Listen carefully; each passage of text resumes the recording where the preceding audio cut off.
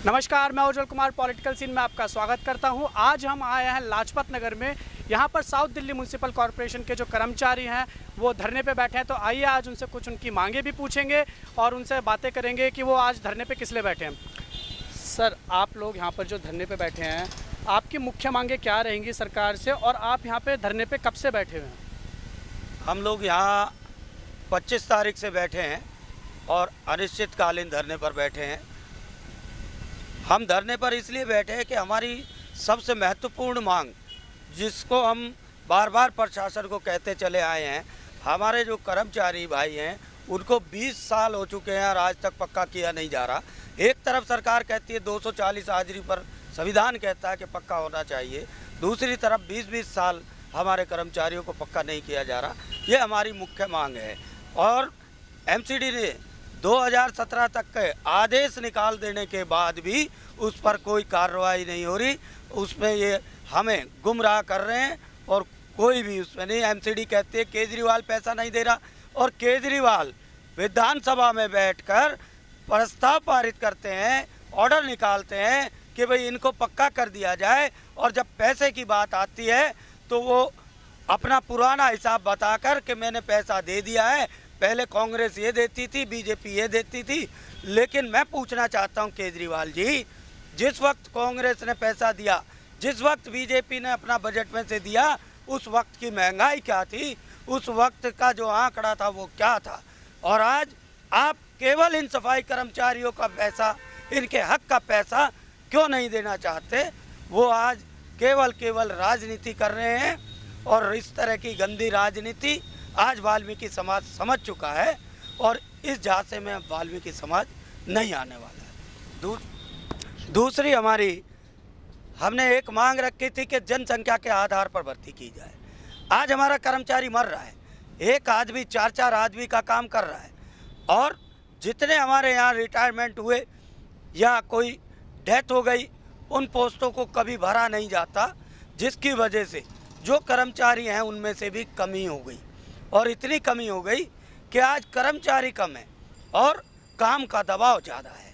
कर्मचारी heart attack से, क्योंकि काम के इस दबाव से कर्मचारियों को कितने केस ऐसे हो चुके जो हार्ट अटैक की वजह से, जो रक्तचाप के शिकार हैं, उनकी मृत्यु हो चुकी है।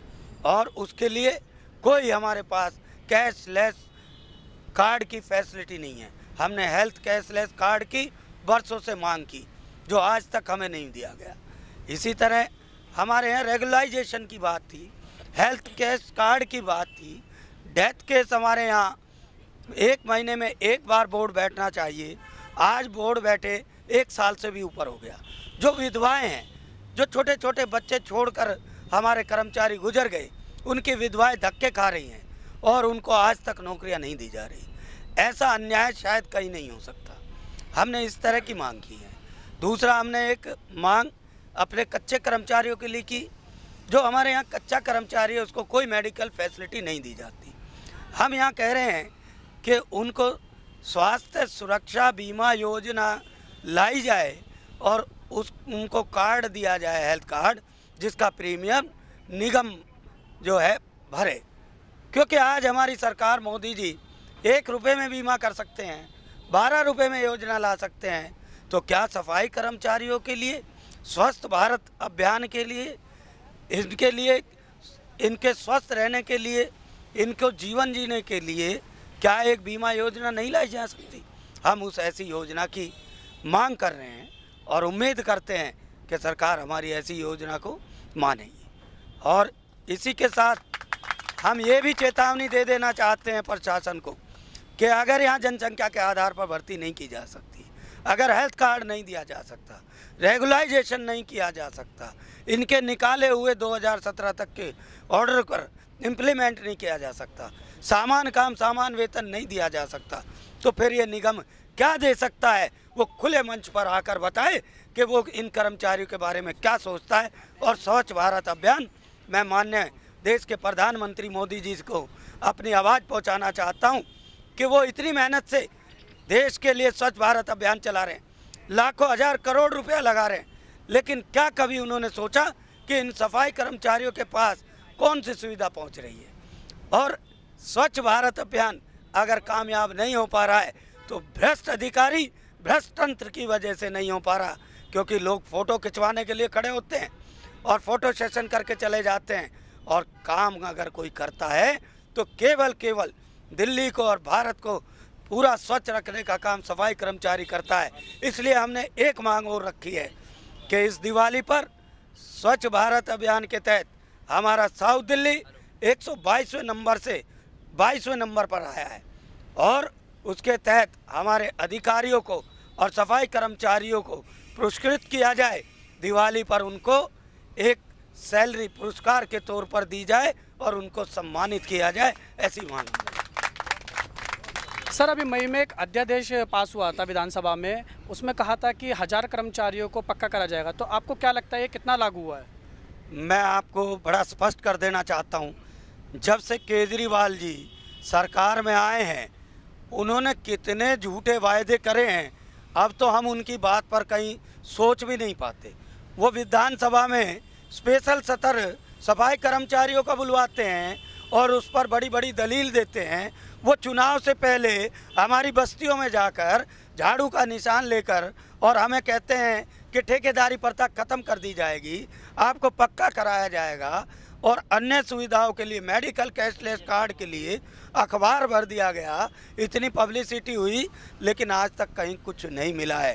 केजरीवाल जैसा झूठा व्यक्ति शायद पूरी दिल्ली में कोई नहीं है, और केजरीवाल जी पर अब वाल्मीकि समाज बिल्कुल भरोसा नहीं कर सकता।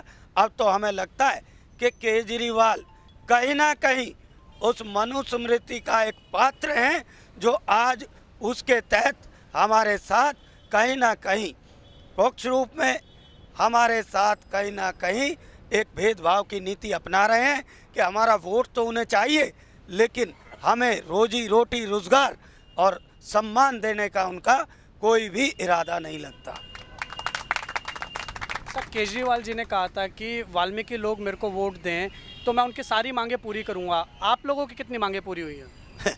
केजरीवाल जी ने पहले वायदे पूरे करे हों तो अब के वायदों की हम बात करें, पिछले कितने वायदे पूरे करें भाई? उन्होंने कहा था मैं ठेकेदारी प्रथा ख़त्म कर दूंगा, उन्होंने कहा हेल्थ कार्ड दे दूंगा, तो तमाम जो वायदे थे वो इन्होंने अब तक पूरे कहाँ करे?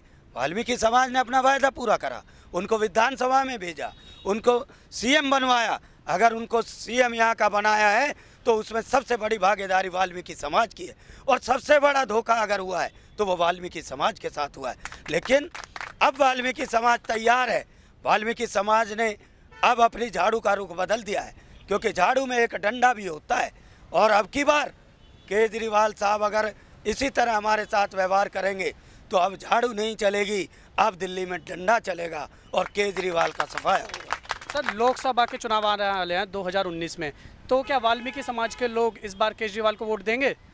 वाल्मीकि समाज को जिस तरह चला गया है, वाल्मीकि समाज अब अपने वोट को संग्रहित करने का काम कर रहा है। अखिल भारतीय सफाई मजदूर कांग्रेस और इसके राष्ट्रीय अध्यक्ष माननीय श्रीमान चरण सिंह टाक जी ने एक अभियान शुरू किया है पूरे भारत में कि वाल्मीकि समाज के, दलित समाज के वोट को संग्रहित कर कर हम उस पार्टी को वोट करेंगे जो पार्टी हमारी मांगों को पूरा करेगी, उसी पार्टी की तरफ अब की बार हमारा रुख होगा।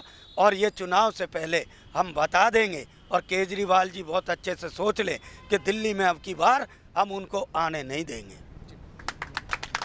सर, अभी सीवर सफाई कर्मचारियों की मैं आपके पे थोड़े पीछे मैं आपका ध्यान ले जाना चाहता हूँ। सीवर सफाई कर्मचारी की मौत हुई थी सीवर में घुसने से, साफ़ करने से। मोती नगर की दुखद घटना थी। उसके बाद बुराड़ी में भी ऐसा ही बिल्कुल हादसा हुआ जिसमें सीवर सफाई कर्मचारी की मौत हुई सीवर में घुसने से। तो इस पर आपका क्या कहना है?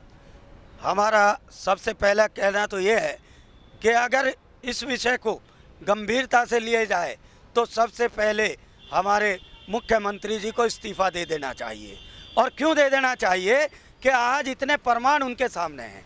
आज मेरे ख्याल 60 से ऊपर दिल्ली में जब से ये आए हैं सीवर में मृत्यु हो चुकी है हमारे लोगों की। और केजरीवाल जी जो कोई आकर यहाँ आंदोलन में फांसी लगा ले तो उसको 1 करोड़ रुपया देते हैं, जो पुलिस वालों के लिए 1 करोड़ रुपया देते हैं। हमारा जो सफाई सैनिक है उसके लिए उनके दिल में कहीं भी कोई दर्द नहीं है। हमारे लोगों की जान की कीमत उनकी नज़र में कोई नहीं है। माननीय कोर्ट ने आदेश कर रखे 10 लाख के, लेकिन दिल्ली सरकार की तरफ से आज तक ऐसी कोई घोषणा नहीं हुई। लोगों को 1-1 करोड़ दिया जाता है और हमारे लोगों को एक पैसा दिल्ली सरकार देना नहीं चाहती। उनके परिजनों को कोई सरकारी नौकरी नहीं देना चाहती। और अगर मैं कहूं कि आज की डेट में कोई हत्यारा है तो वो केजरीवाल है, क्योंकि बुराड़ी में जो हुआ वो इनकी सरकार के रहते हुआ 5-5 लोग एक साथ मरे। बुराड़ी के बाद फिर वो चीज़ दोहराई गई कि सीवर में हमारा आदमी फिर से मारा जाता। और केजरीवाल जी सफाई कर्मचारियों से वोट लेने हैं इसलिए विधानसभा सत्र बुलाते हैं। मैं मांग करता हूं केजरीवाल जी से कि क्यों नहीं विधानसभा में एक सत्र बुलाया जाता, क्यों नहीं सीवर पे हो रही हत्याओं पर बात की जाती। वो नहीं करेंगे, वो चुप्पी साधे बैठे हैं। केजरीवाल जी जवाब दो कि आज हमारे सफाई कर्मचारी इस सीवर में क्यों आप उतार रहे हो, और अगर आपकी आंखों नहीं खुली हैं तो हम प्रमाण देने को तैयार हैं। हमारे पास सीडी है जहां आज सफाई कर्मचारी गर्दन तक सीवर में डूबा काम कर रहा है। आपने उन्हें मजबूर कर रखा है, आप हत्यारे हैं और आपको तुरंत इस्तीफा देकर पब्लिक के बीच में जवाब देना चाहिए। सर, अगर आप लोगों की अभी मांगे पूरी नहीं होंगी तो आप लोगों का आगे क्या रवैया रहेगा? देखिए, हमारी अगर मांगे पूरी नहीं की गई, हम बड़े शांति प्रिय तरीके से और संवैधानिक तौर से अपनी बात को रख रहे हैं। अगर इसके बाद भी हमारी मांगे पूरी नहीं की गई तो हम इतना बता दें कि अभी तो हम यहाँ बैठे हैं, इसके बाद हमारे बच्चे, हमारा परिवार, हम सबको लेकर यहाँ बैठेंगे और हम असहयोग आंदोलन के रूप में हम प्रशासन और सरकार के साथ किसी तरह का सहयोग नहीं करेंगे। हम अपनी झाड़ू उठाकर एक तरफ रख देंगे और हम शांतिपूर्वक तरीके से काम बंद कर देंगे। उसके बाद हम अनशन पर जाना पड़ा तो अनशन पर भी जाएंगे, लेकिन अब की बार हम केजरीवाल जी के झांसे में या प्रशासन के झांसे में नहीं आएंगे। तो ये थे हमारे साथ साउथ दिल्ली म्युनिसिपल कॉरपोरेशन के सफाई कर्मचारी, और इनका साफ कहना है कि अगर इनकी मांगे पूरी नहीं होती है तो इनका जो ये धरना प्रदर्शन है ये आगे भी बरकरार रहेगा। और अगर सरकार इनकी बात अनसुनी करती है तो ये दिल्ली सरकार के खिलाफ असहयोग आंदोलन भी चलाएंगे। इनका कहना है कि जब से केजरीवाल की सरकार आई है सीवर सफाई कर्मचारियों का सिर्फ शोषण ही हुआ है। 2019 में जो लोकसभा के चुनाव होने वाले हैं उसमें इनका कहना है कि वाल्मीकि समाज के लोग जो हैं वो केजरीवाल सरकार को अब वोट नहीं देंगे। कैमरामैन अनिल के साथ मैं उज्जवल Kumar, political scene, Lajpat Nagar, south Delhi.